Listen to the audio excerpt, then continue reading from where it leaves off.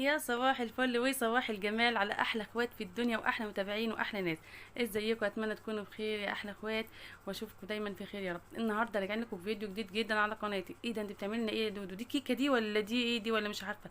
بصراحه المنظر يوحي باي شيء، بس النهارده اختراع يا كوتش. النهارده حاجه اول مره اعملها بس فعلا عجبتني والحمد لله.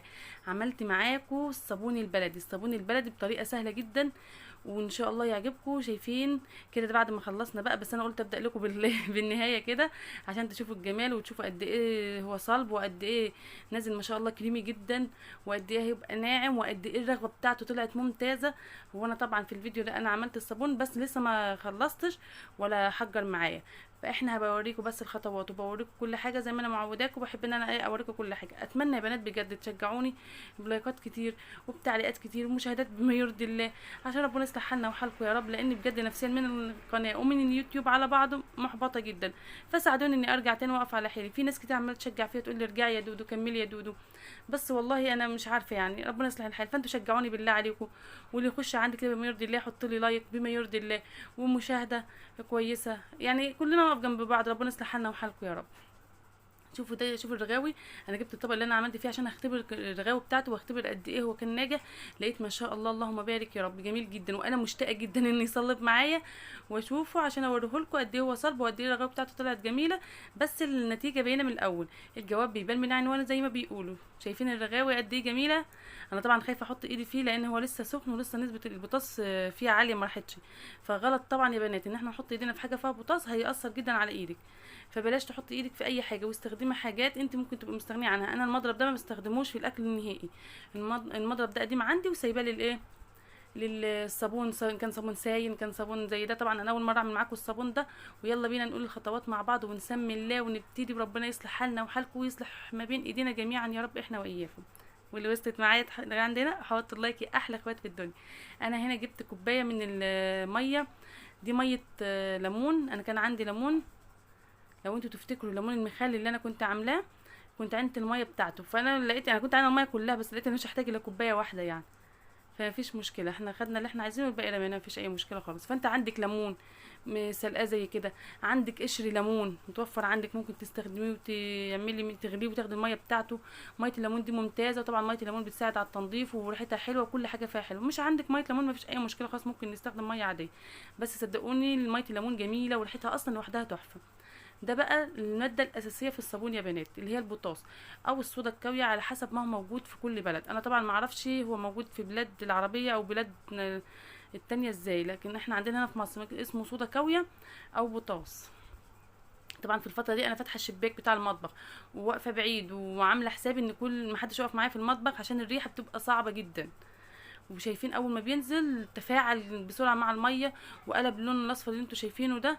ويعني حاجه ربنا يلطف بينا يا رب وبيك اللهم امين. فدايما خلي بالك يا حبيبه قلبي وانت بتستخدمي في المرحله دي انك تكوني فاتحه الشباك في المكان اللي انت واقفه فيه كويس جدا عشان يكون جاي التهويه، وما يكونش في حد من الاطفال قاعد حواليكي، وما يكونش في حد عنده حساسيه على الصدر قاعد حواليكي.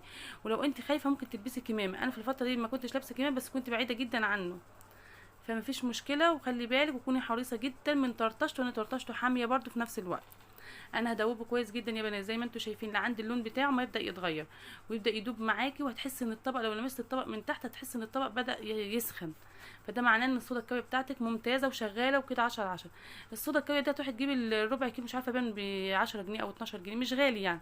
انا جايبه الربع كيلو ب 12 جنيه، والله اللي جابه لي بابا حبيبي ربنا يخليه لي يا رب وما يتحرم منه ابدا. جابوا لي من البلد من عندهم، ربنا يحميه لي ويخليه لي يحفظه لي اللهم امين. قولوا امين يا بنات، يحفظ لنا امهاتنا وابائنا اللهم امين يا رب. هنا انا سبته عباره عن 6 دقايق لعند ما برد خالص واتاكدت انه برد.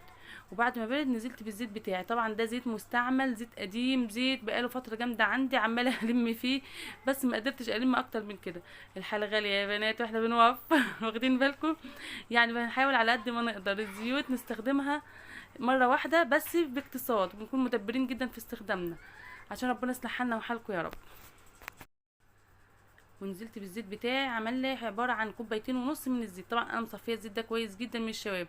وبرده في الكوبايه الاخيره دي تاخدي بالك يا حلوه انت وهي ان في رواسب، وانت بتصفي صفي بالراحه. هنا لو لاحظتوا ان انا سبت شويه من الكوبايه لان باقي فيها زيت. طبعا انا قلبت تقليبه خفيفه كده ومش هقلب كله عشان ما يصلبش معايا لما احط كل المكونات بتاعتي. ايه بقى المكونات يا دودو؟ كفايه بقى يا دودو تقليب.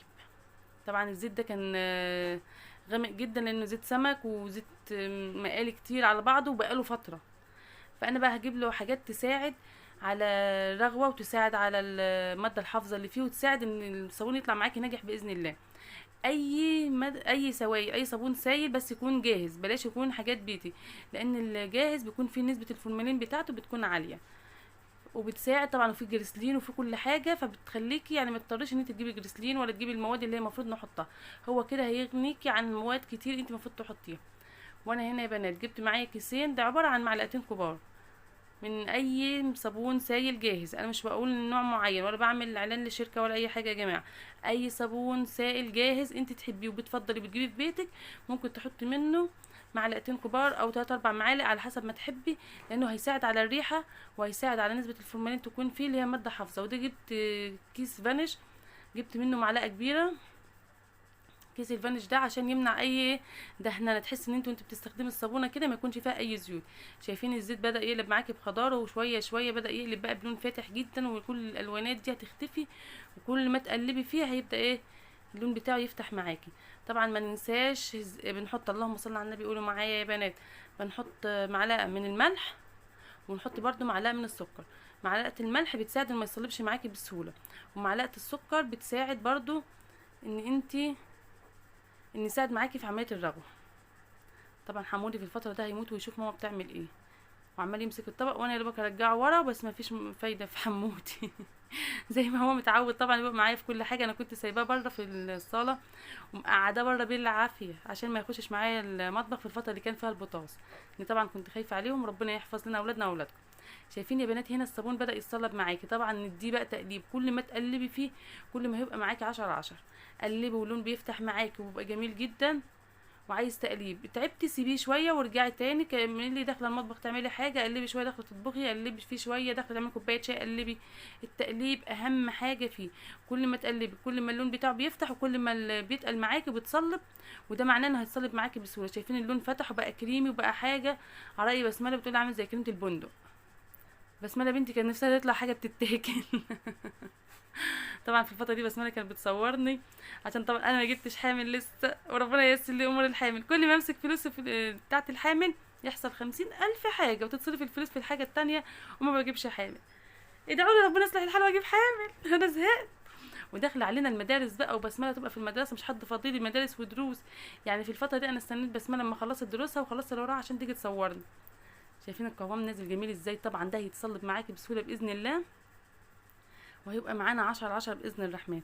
وهنعمل شويه صابون تحفه تحفه يا بنتي يا دودي. تسلم الايادي، قولوا له تسلم ايدك بجد. انا شطوره الحمد لله، مش تشكيل في نفسي يا جماعه، بس اللهم لك الحمد والشكر يا رب. كل ما بننوي نعمل حاجه ربنا يصلح لنا حالنا وبنعملها كويس وبيحسن ما بين ايدينا. طبعا دي بدعويكوا ليا، بدعوي امي وبابا، ربنا يخليهم لي يا رب، ويخليكوا ليا يا احلى اخوات، بدعوكوا دايما بتدعوا لي، ولكم بالمثل اللهم امين يا رب، وربنا يصلح حالنا وحالكم يا رب. كده احنا خلصنا الصابون بتاعنا، واتاكدنا من الرغاوي، واتاكدنا ان الصابون بتاعنا طلع حاجه 10/10. واتمنى اتمنى اتمنى تحطوا لي اللايك يا احلى اخوات في الدنيا، وكومنت جميل زيكم كده، وما تحرمونيش دايما من دعواتكم الحلوه ليا، ولكم بالمثل. واشوف وشكم على خير يا رب يا اجمل اخوات في الدنيا واجمل متابعين، وانتوا عيلتي التانيه. واتمنى ربنا يديمكم في حياتي نعمه ما يحرمنيش منكم ابدا. مع السلامه.